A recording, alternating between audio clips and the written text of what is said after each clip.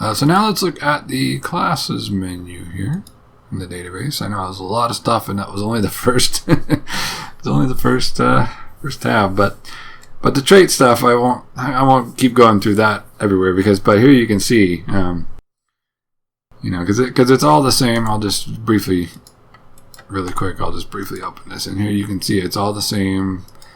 The same 4 rate options, the same parameter stuff, same attack stuff, the same skill stuff. It's all the same menu, even though this trait stuff is found in different places. So, but here you can see a good list. So now we have our 4 classes that we saw: hero, warrior, mage, and priest. These are just the defaults. So if you want to change the name of it, you don't like the name hero, maybe you want to call it, I don't know, like anything, whatever you want. You can just change it right here in the name. And then, and this is one way that you can do it. Like if you don't want to mess with the default stuff, like the default experience curve and the default parameter curves and all these traits and stuff, but you just don't want to have maybe you still want to change the name a little bit, then that's all you would really need to do. So you could just do that, and then it seems like it's a little different because it's not the hero class. It's whatever you want to name it. But then behind the scenes, under the hood, whatever phrase you want to use there, it would still function the same way as the default hero class, or that sort of thing. So sometimes you can do that if you just want to use the defaults and you don't really want to get because it could get pretty overwhelming with all the little changes and things.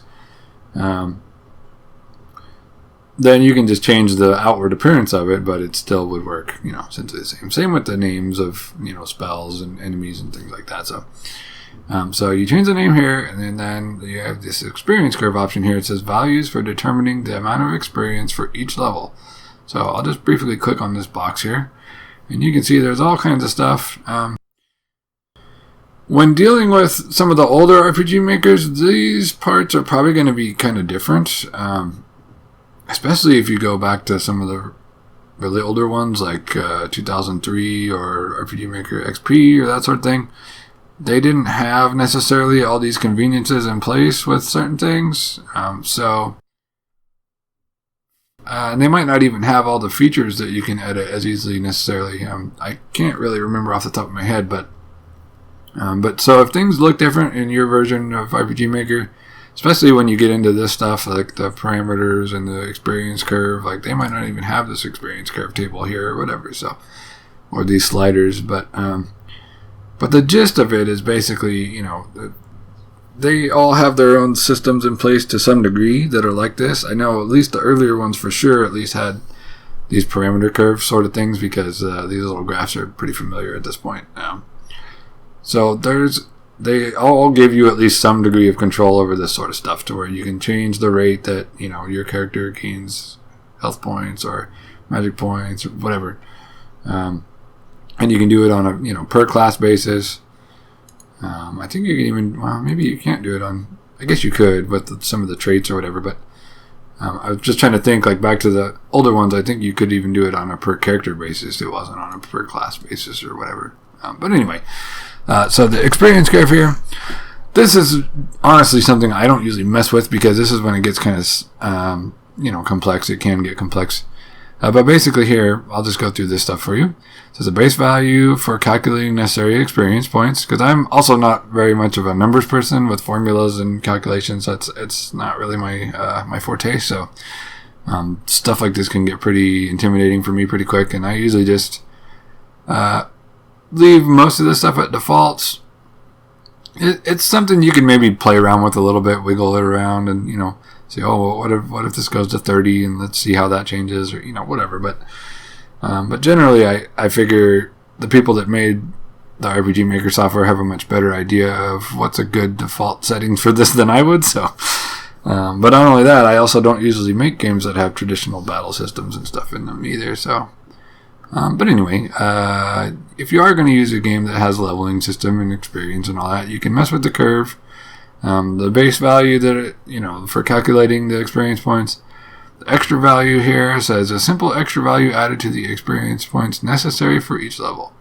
So I'm guessing it's just like a flat amount on top of the curve. And acceleration A here, it says value representing the rate at which to increase the necessary experience.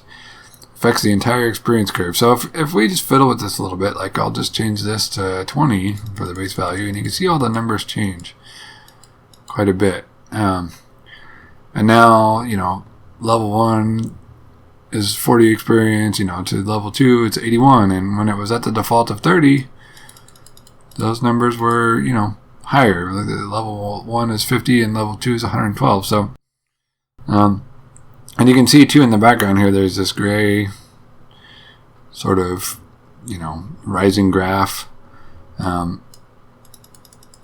And as we modify these values, it changes. So, if you don't want it to take that much experience to reach max level in your game, you can just pull this down, because you can see the numbers are going down and down and down the further I do that. So 10 being the lowest amount apparently that you can set in here. So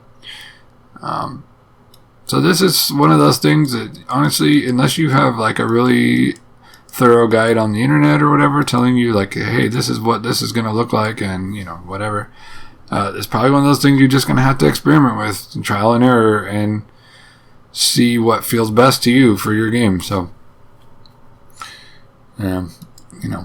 so the acceleration A, it says represents the rate at which to increase the necessary experience, affects the entire curve. So if we change that up to like 40, for example, or even 50, you can see it gets kind of like steeper in the middle and then kind of tapers off. So so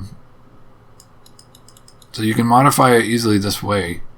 And then acceleration B is probably going to do similar. It says value representing the degree at which to exponentially increase the necessary experience. Mainly affects the high level range. So so if you want your highest levels to be harder to reach, then you can raise that, and then you can see like this side of the graph went up pretty steeply. So